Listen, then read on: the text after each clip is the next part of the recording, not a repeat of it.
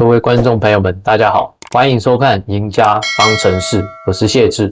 各位观众朋友，大家好，我是今天的主持人小郭。台股大涨456点，以伊战争停火协议达成哦。短短12天的战争会有什么样的后遗症呢？那最大的利空啊，已经过去了吗？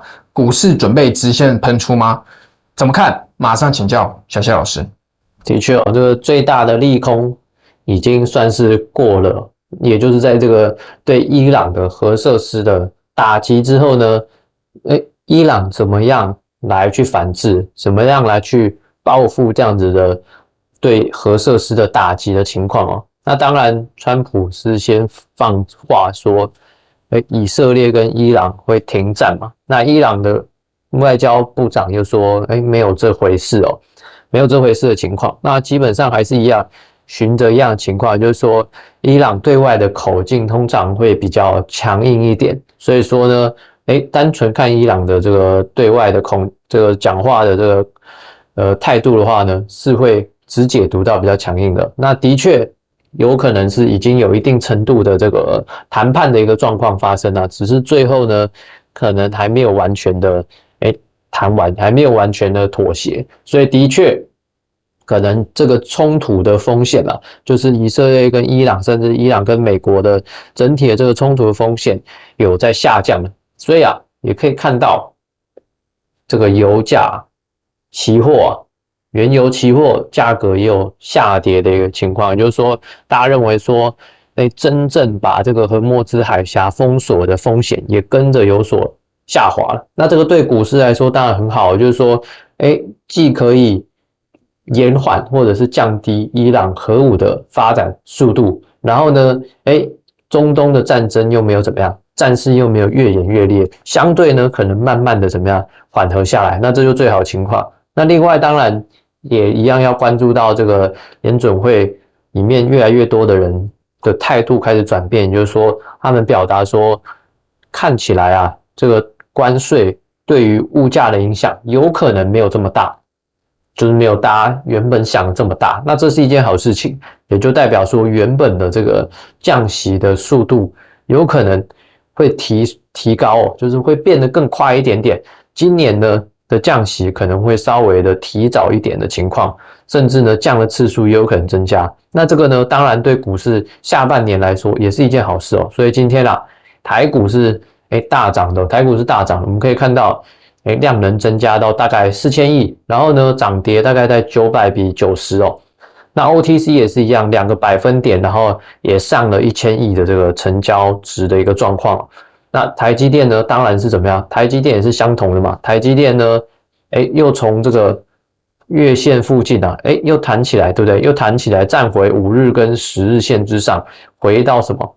回到原本的什么这个区间的上缘哦，就大概在1050的这个位置点来讲啊，所以这都是蛮不错的一个反应。所以回到台股的部分啊，台股也是相同的情况哦，重新回来往这个年线靠拢。所以接下来在最后6月的最后本周啊，然后接下来啊要进入7月份啊，整体行情啊就是进入下半年，我们可以看到2大重大利空啊开始怎么样？有松动缓解，所以这对于这个7月份甚至下半年的行情来讲，继续再去往上去挑战这个23000、24000，是开启了一个好的一个开始啊。所以呢，这一波啊回来呢，它就要去怎么样挑战年线，挑战站稳年线，然后站稳年线呢，继续再去往上攻哦。那 OTC 一样哦，我们观察一下 OTC 呢重新怎么样？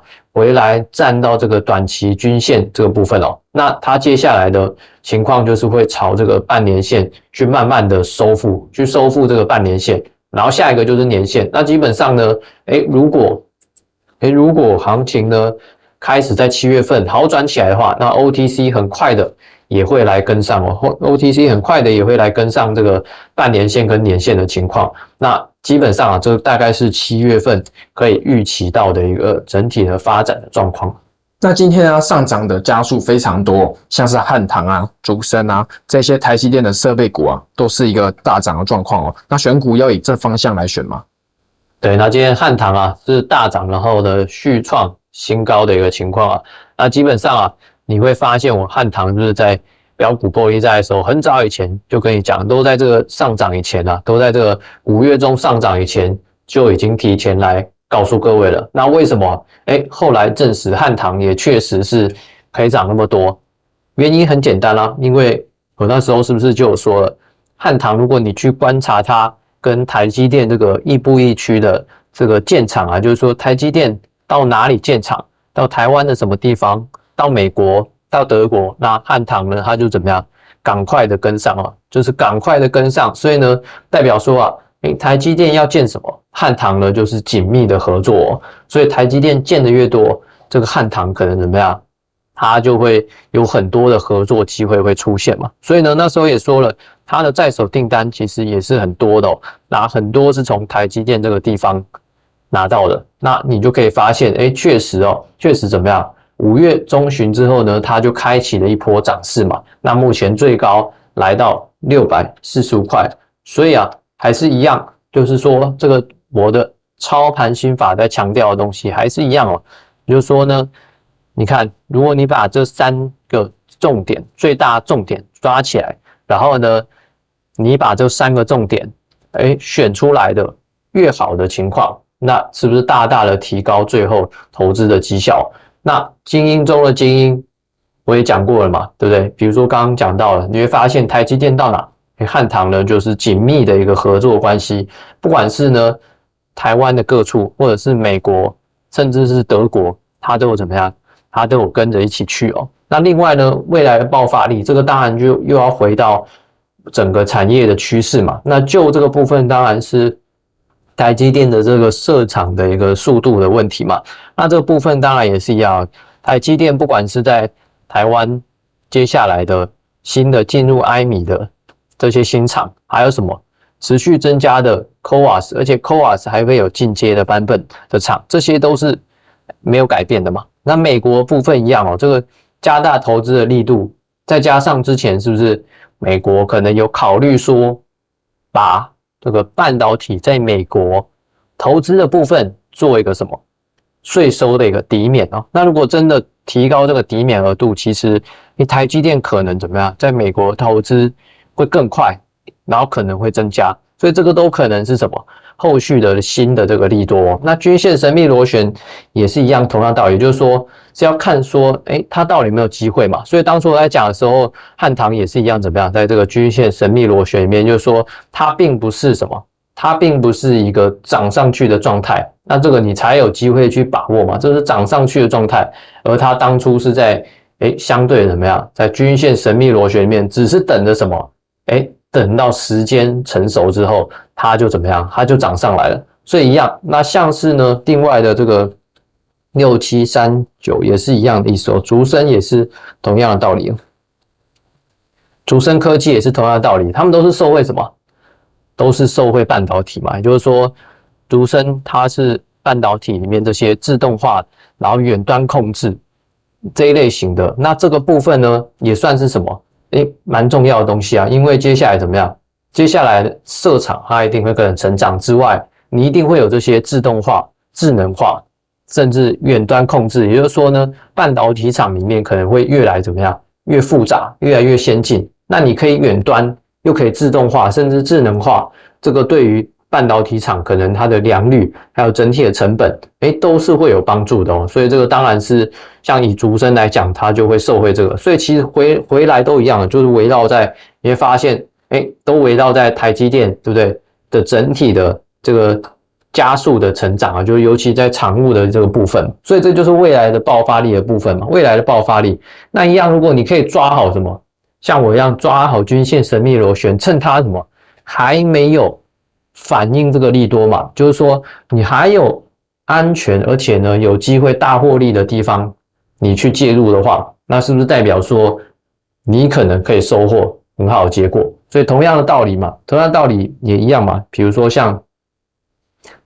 什么，前一波对不对布局的这个台光电，那它情况也是相同啊，也是持续的获利的状态。那这个获利的状态呢，它也不是什么现在才获利嘛，就是说你也是一样啊，在它还没有怎么样涨很多，还没有很大程度的去反映它利多的时候，对不对？5月8号的时候进场之后，它就一直沿着短期均线一直上涨，那你就有机会获利一大段。那后续呢，它整理这是一定的嘛，因为股价上涨完，它一定会进入整理。那整理完之后呢，如果它这档公司的基本面很好的话，它有没有可能再继续涨？是有可能的嘛。所以呢，一样嘛，它整理完之后就有机会怎么样？再继续涨啦。所以呢，其实啊，你只要能够怎么样使用我的操盘心法，那你在这个整体的投资从选股到操作方面，就可以大大提升你的投资绩效哦。那今天在台股大涨之后啊，有没有跟上投资人啊布局已经涨多的股票比较好，还是说布局一些还没涨比较低基期的股票比较好呢？没错，那一样哦。那我们可以看到今天在台股的部分，因为今天台股是大涨的，所以呢，大部分的股票也是如此反应，对不对？大部分的股票也是如此反应。那当然，我们这个盘面上，我们可以怎么样？随便抓出这个今天涨停板的股票来去看哦。那以这个广宇来说好了，以这广宇来说，它怎么样？鸿海集团的嘛，然后它切入这个机器人，对不对？所以今天大涨嘛，因为它怎么样？要去收购一家欧洲做这个机器人里面这个电机的这个机电的这个厂商嘛，所以代表说什么？它这个跨足意味是很浓厚的嘛，就它可能要搭配什么？鸿海在电动车跟机器人方面的布局，所以怎么样？所以它今天就有一个什么大涨的涨停板，但你一样要记得说，就是涨停板的时候，你不应该就怎么样？看到一根涨停板，你就觉得它会涨到什么天长地久？如果运气好的话，有机会。为什么？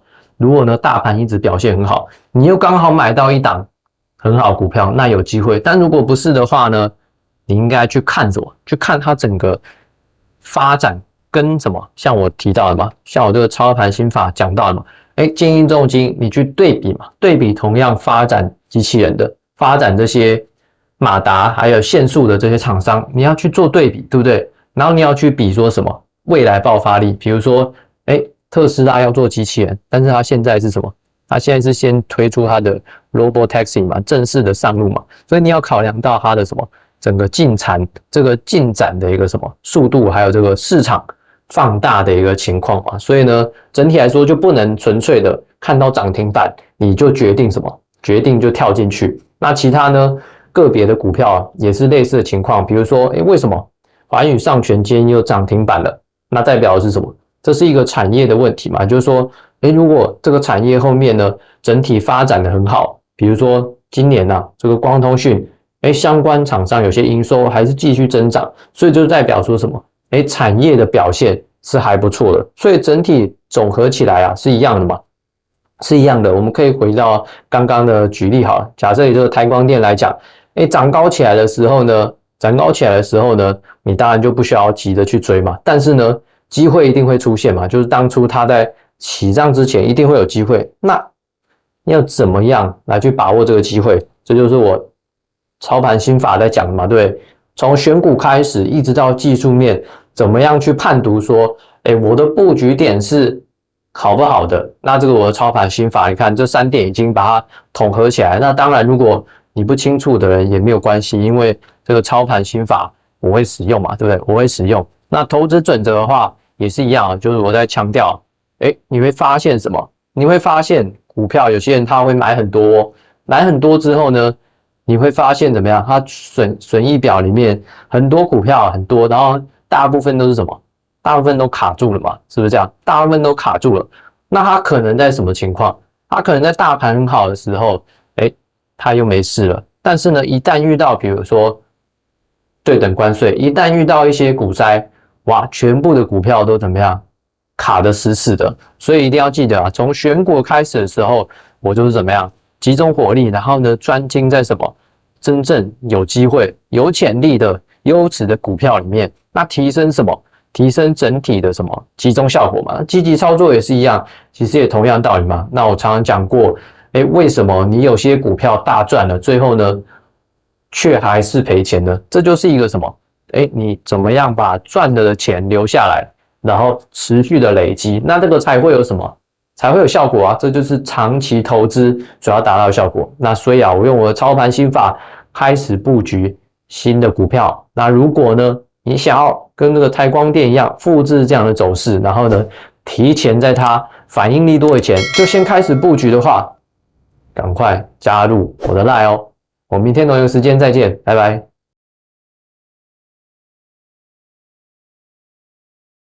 本公司与所推介分析之个别有价证券无不当之财务利益关系。本节目资料仅供参考，投资人应当独立判断、审慎评估并自负投资风险。